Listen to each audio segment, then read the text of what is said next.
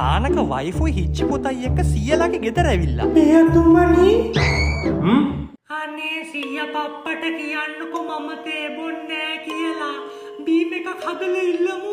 මොකක් පිස්සුද පිටගෙදරකට ඇවිල්ලා එහෙම ඉල්ලන්න පුළුවන්ද? ඉතින් මේක පිටකයක් සීයා මරු දවසක මේ ගෙදරත් අපේනේ. ඈ මූලකෝ බැරි මරගාත හිච්ච තේක බොන්න පටන් ගත්තලු. මෞතුමියනි මොකද? ශිෂ්‍යත්වය හොඳට පාස් වුණාම මට ඉල්ලන ඕනම දෙයක් අරන් දෙනවා කිව්වනේ. ඉතින් අනේ මට ලැප්ටොප් එකක් අරන් දෙන්නකෝ. ලැප්ටොප් පිස්සුද?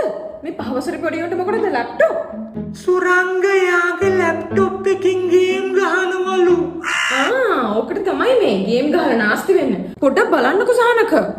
හිච්චෝ මම පොඩි කාලේ මට ඕ තිබුණේ නැහැ. එහෙම නැති හින්දා තමයි අද මම මේ තත්ත්වෙට දියුණු වෙලා ඉන්නේ.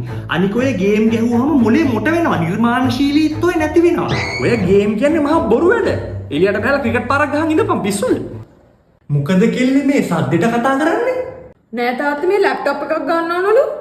ලැප්ටොප් අරන් දෙන්න මුට පිස්සුද? මම මේ මුගේ පොඩි කාලේ මු තාසතින කියලා අනිත් පොඩි උන්ගේ ඔය ලැප්ටොප් වල ගේම් ගහන්න ගෙනෙන්න දුන්නා. මු එකේ නරක වීඩියෝස් බලන්න පටන් ගත්තා. අපි මහත්තයා පියතුමනි ඈ තමයි බැරිම තැන මම්මුගේ ලැප්ටොප් එක කාමරෙන් සාල්ට ගෙනලා සාලේ සැකුරින් තියාගත්තා.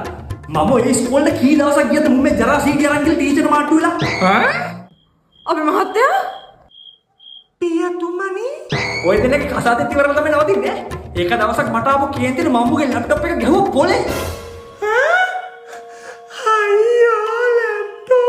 ගත්තේ සෙල්එක්ස් එක නිසා හොඳට ගියා. එයාලා මේක තිබ්බා වගේ මට රිපෙයාර් කරලා දුන්නා. මම අදටත් මගේ ඕන වැඩකට යන සෙල්එක්ස් එකට. මට එයාලා ඒ තරමට විශ්වාසයි. හිච්ච පුතා මේක අරන් ගිහින් ගේම් ගහන්න. ඔව් සෙල්එක්ස් හොඳයි. ඕක හොඳයි සෙල්එක්ස් හොඳයි.